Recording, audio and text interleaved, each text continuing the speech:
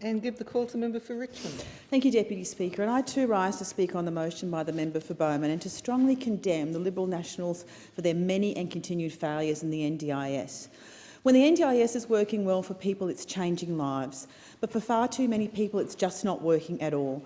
And the rhetoric of this government and the substance of this motion demonstrates just how out of touch the Liberals and Nationals really are.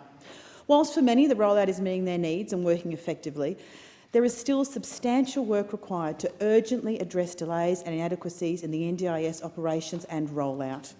The most common source of complaints to my office is the NDIS. The fact is many people with disability, their carers, their families are desperate for assistance. And the reality is that the Liberals and Nationals government have ripped $1.6 billion out of the NDIS, leaving many people with disability and those who care for them without the support they need. 6 years of this government's cuts, chaos and staffing caps has undermined the NDIS, and this has had devastating effects. People are getting poor quality plans, services are being pushed to the brink, and waiting times are completely unacceptable.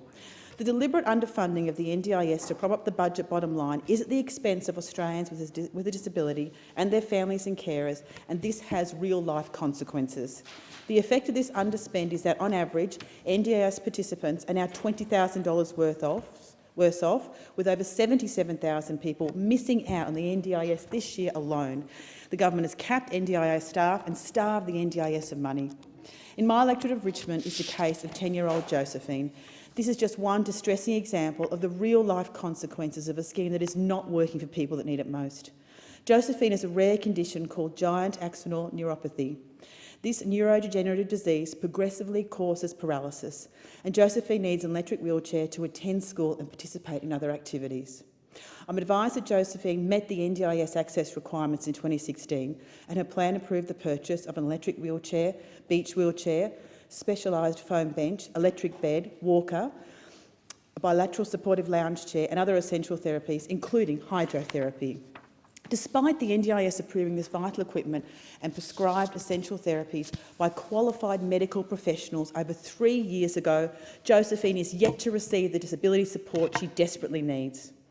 The delay in obtaining equipment through the NDIS has caused devastating long-term consequences for Josephine and considerable stress and anxiety for her family. The flow-on effects have had adverse health impacts on all family members, including on her mother, who suffered multiple hernias, which have been attributed to the physical lifting of Josephine. Without the new NDIS-approved electric wheelchair, Josephine is now unable to return to school or participate in other activities with her peers. According to her local paediatrician, the deterioration in Josie's condition has accelerated because she has not had access to the equipment she needs.